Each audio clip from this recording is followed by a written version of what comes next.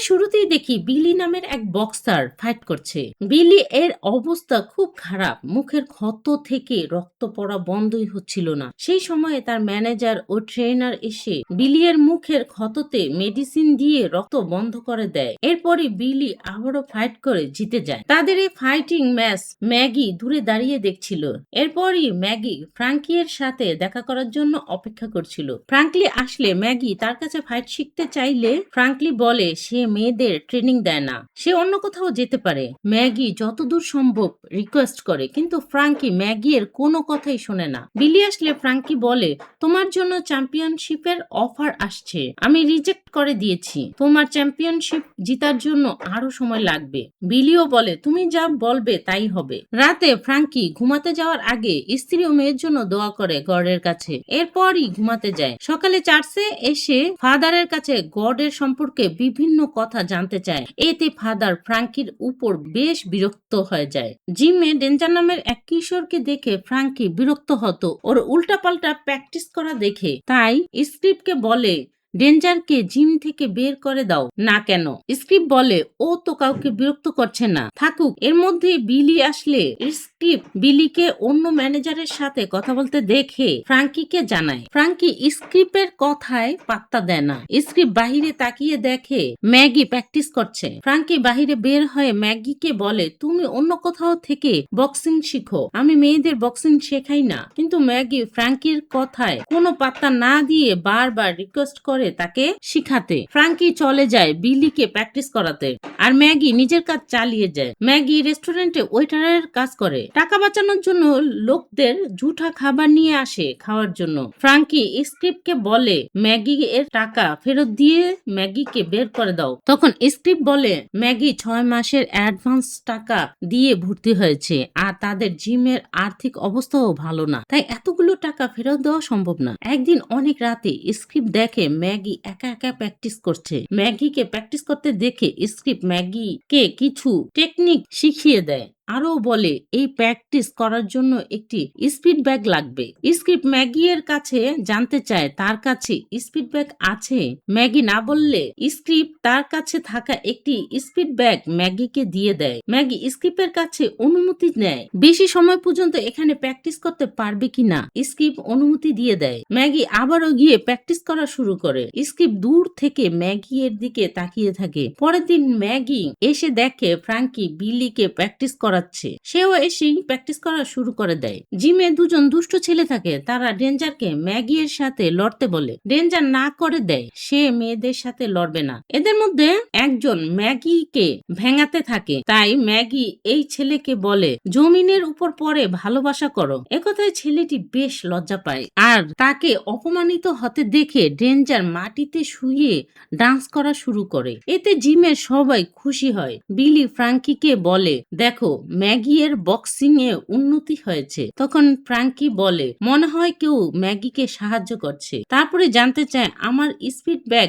Maggi এর কাছে আসলো কিভাবে। স্ক্রিপ্ট বলে আমিও তো ভাবছি কিভাবে আসলো। ফ্রাঙ্কি গিয়ে ম্যাগি এর কাছ থেকে স্পিড ব্যাগ চেয়ে নেয়। ম্যাগি ব্যাগ ফেরত দেওয়ার সময় ফ্রাঙ্কি ম্যাগিকে কিছু কথা বলে, তুমি অন্য কোথাও গিয়ে প্র্যাকটিস করো, এখানে তুমি আসলে ছেলেরা আর আসবে না, আর তুমি অন্য কোথাও থেকে ট্রেনিং নিও, লাভ নেই, তোমার বয়স বেশি, তাই বলছি তুমি সময় নষ্ট করো না। এসব কথা বলার সময় ম্যাগি এর মুখের দিকে তাকিয়ে ফ্রাঙ্কি এর খারাপ লাগে, তাই ব্যাগটি রাখতে বলে। ম্যাগি ও ফ্রাঙ্কি এর কথায় পাত্তা না দিয়ে নিজের কাজ চালিয়ে যায়। অনেক রাতে বিলি আসে ফ্রাঙ্কি এর সাথে দেখা করার জন্য। বিলি বলে আমি ম্যানেজারকে রেখেছি, ও আমার জন্য অনেক ম্যাচের ব্যবস্থা করবে। ফ্রাঙ্কলি বলে ও তোমাকে কিছু শেখাতে পারবে না, ম্যাক হলো বিজনেসম্যান। তখন বিলি বলে ওর কাছ থেকে আমার কিছু শেখার দরকার নেই, যা কিছু শেখার তোমার কাছ থেকে শিখে নিয়েছি। বিলি এর মুখে এসব কথা শুনে ফ্রাঙ্কি এর খুব খারাপ লাগে। বিলি এর যে ম্যাচ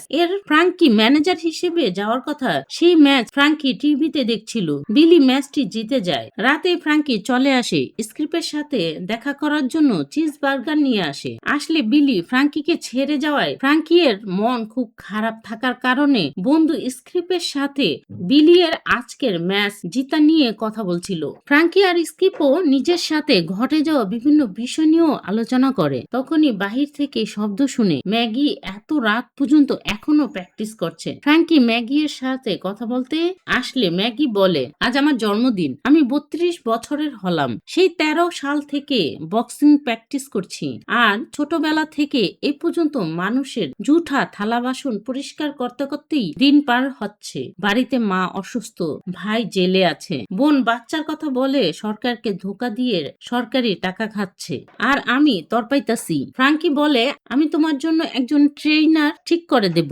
কিন্তু ম্যাগি কোনো ট্রেনারের কাছ থেকে বক্সিং শিখতে চাইছিল না। ম্যাগি বারবার ফ্রাঙ্কিকেই রিকোয়েস্ট করে সে যদি শেখাতো তবে ম্যাগি বক্সিং এ চ্যাম্পিয়নশিপ জিততে পারত।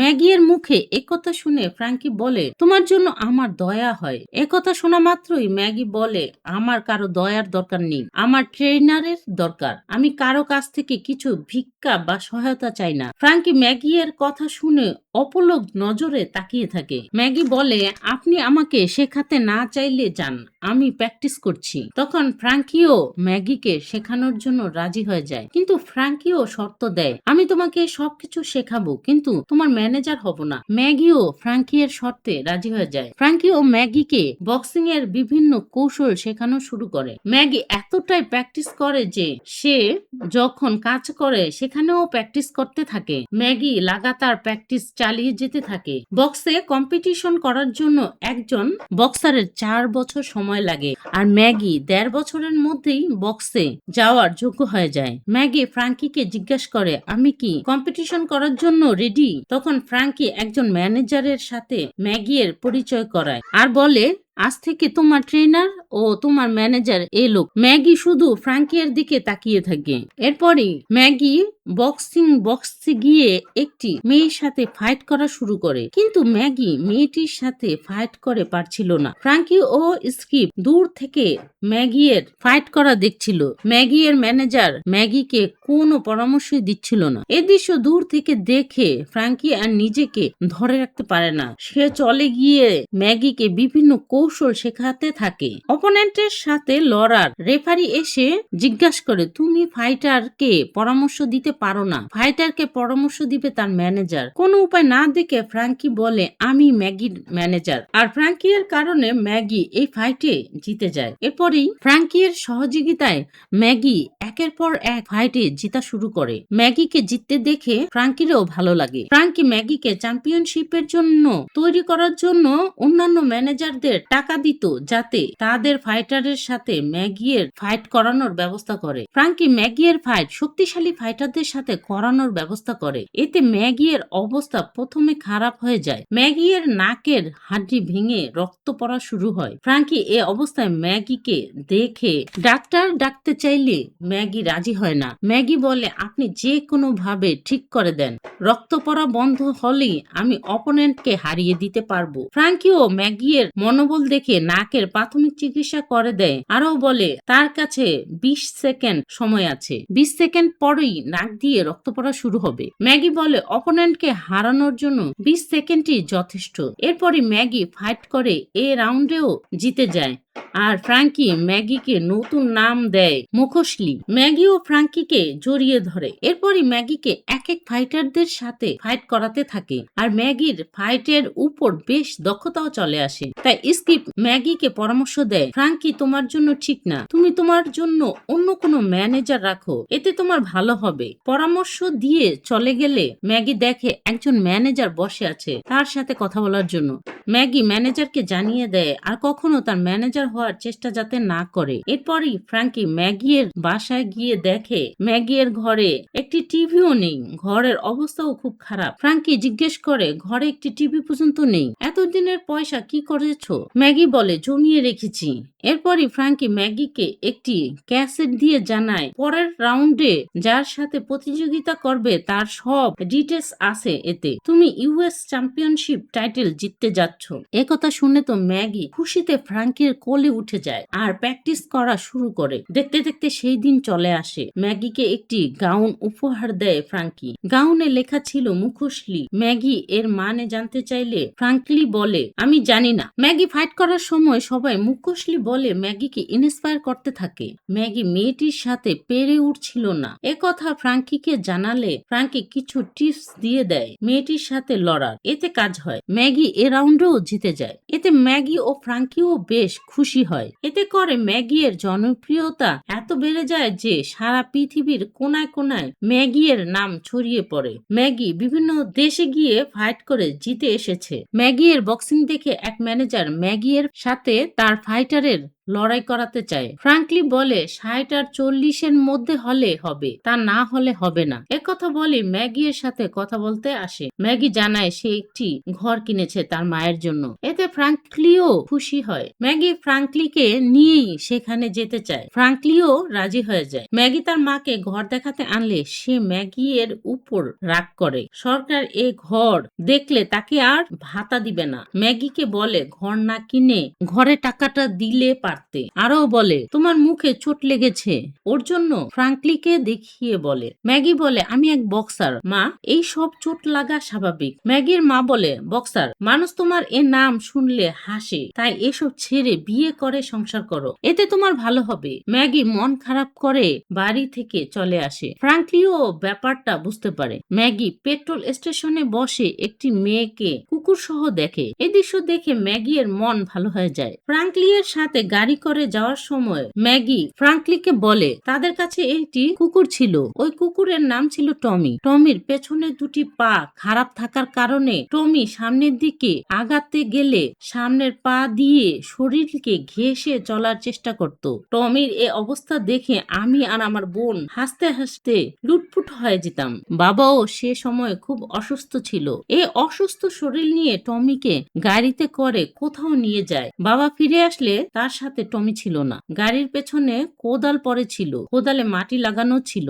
মনে হয় বাবা টমিকে মেরে দাফন করে দিয়েছে। ম্যাগি আরও বলে আমার এই দুনিয়াতে আপনি ছাড়া আর কেউ নেই, আপনি সারা জীবন আমার সাথে থাকবেন। ফ্রাঙ্কলিও কথা দেয় সে সব সময় ম্যাগি এর সাথে থাকবে। এরপরে দুজনে লেমন পাইপ খাওয়ার জন্য একটি রেস্টুরেন্টে যায়। ম্যাগি এ দোকানে তার বাবার সাথে আসতো। এরপরই ফ্রাঙ্কি এর কাছে অফার আসে লাস ভেগাসে যাওয়ার। ম্যাগি এর জন্য টাইটেল ফাইটের অফার আসছে, তাই ফ্রাঙ্কি স্ক্রিপ্টকেও সাথে নিতে চায়, কিন্তু স্ক্রিপ্ট যেতে রাজি হয় না। এরপরে ফ্রাঙ্কি ম্যাগিকে বলে তুমি রেডি যাওয়ার জন্য? ম্যাগি জিজ্ঞেস করে আমরা প্লেন দিয়ে যাব, তবে কার দিয়ে ফিরে আসব। এরপরের দৃশ্যে দেখি জিমের দুষ্ট ছেলেটি ড্রেঞ্জারকে ভীষণ মারে। ড্রেঞ্জারের এই অবস্থা দেখে স্ক্রিপ্ট যায় ছেলেটির সাথে লড়ার জন্য। স্ক্রিপ্ট কিছুক্ষণের মধ্যেই ছেলেটির 12টা বাজিয়ে দেয়। এ দৃশ্য দেখে জিমের সবাই বেশ খুশি হয়ে যায়। ফাইট করার আগে ফ্রাঙ্কলি বলে এ ম্যাচে জিতলে বলবো মুখোশলের অর্থ, যাও জিতে আসো। এখানের অপোনেন্ট মেয়েটির নাম ছিল বিলিতা ব্লু বেয়ার। মেয়েটি ছিল হিংস্র প্রকৃতির আর ম্যাগিয়ের থেকেও অনেক বেশি শক্তিশালী। স্ক্রিপ্ট টিভিতে বসে এ ম্যাচ দেখছিল।